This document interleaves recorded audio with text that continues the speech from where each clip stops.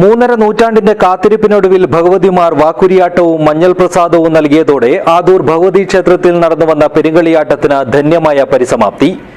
6 ദിവസങ്ങളിലായി നടന്ന പെരുങ്കളിയാട്ടത്തിലേക്ക് ഒഴുകിയെത്തിയത് ലക്ഷക്കണക്കിന് വിശ്വാസികളാണ്.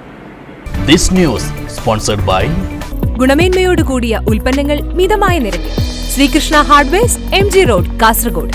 351 വർഷത്തെ ഭക്തരുടെ കാത്തിരിപ്പിന് വിരാമമിട്ട് ജനുവരി 19-നാണ് ആദൂർ ഭഗവതി ക്ഷേത്രത്തിൽ പെരുങ്കളിയാട്ട മഹോത്സവത്തിന് കൊടിയേറിയത്. കല്ലങ്കര ചാമുണ്ടി, മേച്ചേരി ചാമുണ്ടി, അസുരാളൻ, വിഷ്ണുമൂർത്തി തുടങ്ങി 39 തെയ്യങ്ങളാണ് ആദൂരിൽ ഭക്തർക്ക് അനുഗ്രഹം ചൊരിഞ്ഞത്.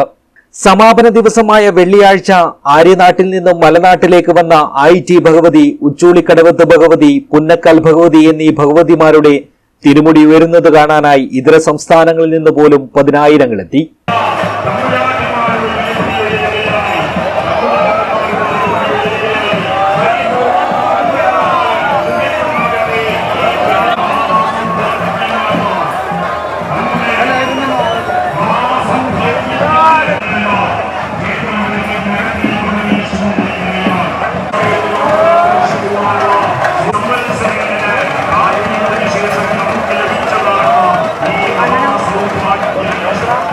മംഗലക്കുഞ്ഞുങ്ങളുടെയും സ്ഥാനിക ആചാരാവകാശികളുടെയും അകമ്പടിയോടെ ഒരേ പീഠത്തിൽ ഒന്നായി കുടികൊള്ളുന്ന ഭഗവതിമാർ തെയ്യങ്ങളായി ദർശനം നൽകി.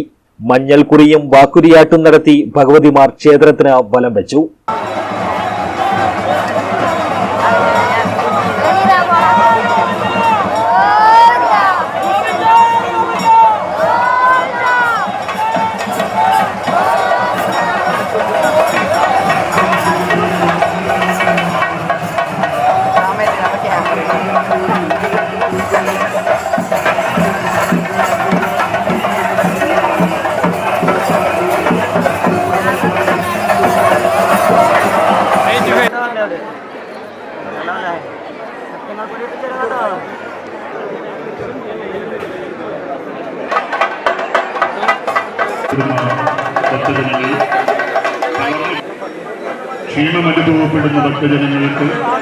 കലശോത്സവവുമായി ബന്ധപ്പെട്ട് ക്ഷേത്രാവകാശികളായ കാസർഗോഡ് നെല്ലിക്കുന്ന് കണ്ണീരത്ത്, കരയപ്പൻ കരിയ ഭണ്ഡാരവീട്, മൂത്തില്ലം എന്നീ തറവാടുകളിൽ നിന്ന് മീൻകോപ്പുകൾ ഘോഷയാത്രയായി എഴുന്നള്ളിച്ചു.